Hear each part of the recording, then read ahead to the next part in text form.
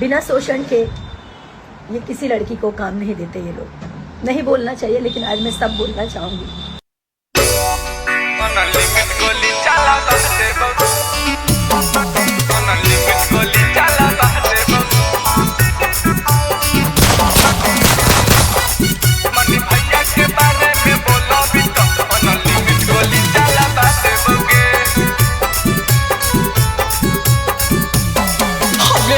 हम कटर फैना गे छौरी तोरा हम बता देबोगे।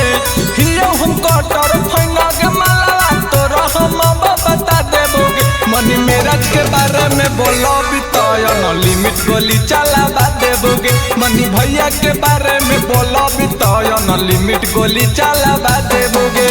उनके मनोरंजन से धड़कन चलो है सब हम बतिया जता देबोगे।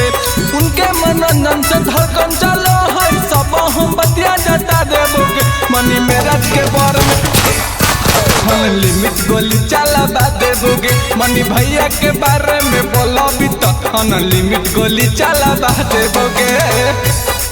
मनी भैया के बारे में बोलो भी तो लिमिट गोली चलावा देबोगे। लिमिट गोली चलावा देबोगे। और सुन होगे बाहर होवेला मीडिया में करो ही तू बड़ा नाम गे। यही ना सोचनी आगे तोरा हो तो किया न जाम गे। होगे बाहर होवेला मनी मेरठ के करो ही बड़ा नाम गे। यही ना सोचनी आगे तोरा हो तो कि छोड़िया न जाम गे। लेके तू नाली घरा में तोरा सीधे हम तोरा सटा देबोगे।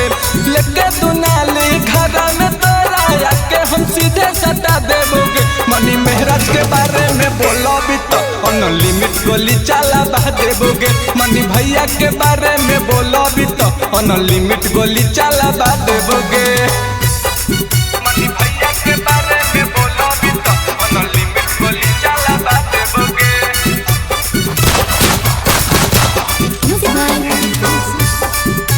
लिमिट गोली चलावा देबोगे।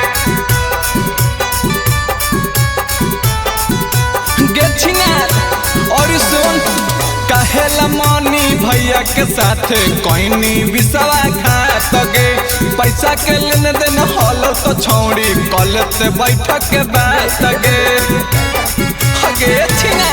अगे कहेला मनी भैया के साथ कोई विश्वासघात गे। पैसा के लेने देन हलो तो मलावा बैठक के कॉलेज से बात गे। प्रेम निराला कहो तोरा लोक में जहाँ उठा देबोगे। प्रेम निराला कहो तोरा लोक में जहाँ उठा देबोगे। मनी मेरठ के बारे में लिमिट गोली चलावा देबोगे। मनी भैया के बारे में बोलो भी तो लिमिट गोली चलावा देबोगे। सुन लेगे।